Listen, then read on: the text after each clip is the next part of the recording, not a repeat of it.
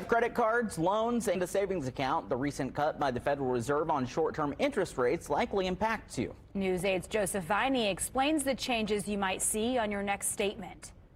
But now the hiring rate is very, very low. In September, the Fed announced a quarter-point interest rate cut. But what does that mean for you? Can you save a little more money? First up, credit cards.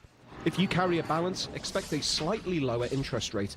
Ted Rossman with Bankrate says you might not notice it on your monthly statement.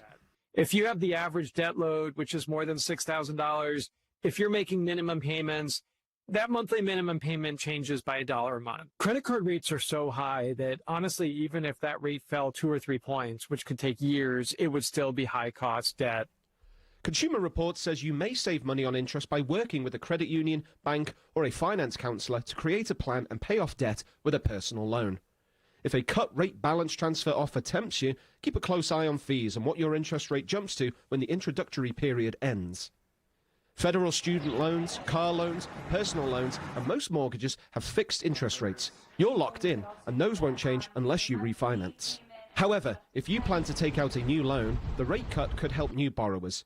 If you're shopping for a car, expect a marginally lower rate. It's not going to be a huge difference. Like if the average new car loan goes from 7.2 to 7%, I mean, you're only saving a few bucks a month. After a Fed cut, the interest rate on your savings account will usually dip too. But that's not always the case because of stiff competition among banks. Right now, we are seeing some competition for deposits, which is a good thing for consumers. The top savings rates, often from online banks, are about 4.3%. Bottom line for borrowers and savers, do a little homework and shop around. Even a small rate change can make a big difference over time.